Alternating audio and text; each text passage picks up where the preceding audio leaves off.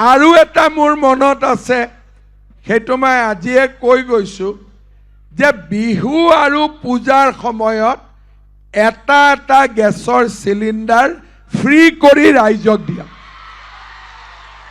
বিহুৰ সময়ত এটা, দুৰ্গা পূজাৰ সময়ত এটা। এই দুটা চিলিণ্ডাৰত টকা দিব নালাগে।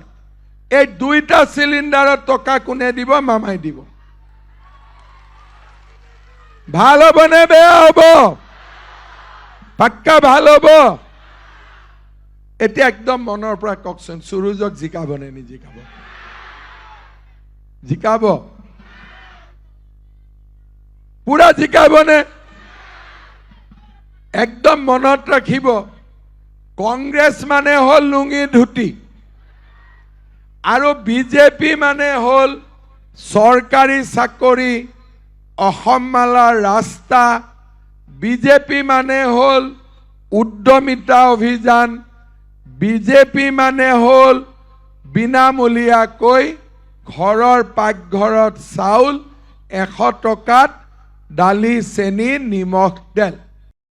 আৰু এটা মোৰ মনত আছে, সেইটো মই আজিয়ে কৈ গৈছোঁ যে বিহু আৰু পূজাৰ সময়ত এটা এটা গেছৰ চিলিণ্ডাৰ ফ্ৰী কৰি ৰাইজক দিয়া।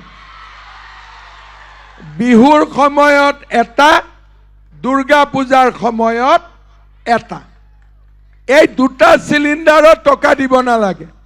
এই দুইটা চিলিণ্ডাৰত টকা কোনে দিব? মামাই দিব।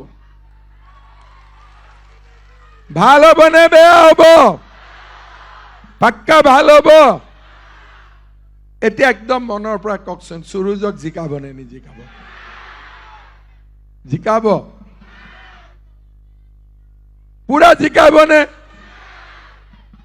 একদম মনত ৰাখিব, কংগ্ৰেছ মানে হ'ল লুঙি ধুতি আৰু বিজেপি মানে হ'ল চৰকাৰী চাকৰি, অসম মালাৰ ৰাস্তা।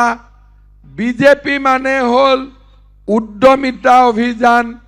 বিজেপি মানে হ'ল বিনামূলীয়াকৈ ঘৰৰ পাকঘৰত চাউল 100 টকাত দালি, চেনি, নিমখ, তেল।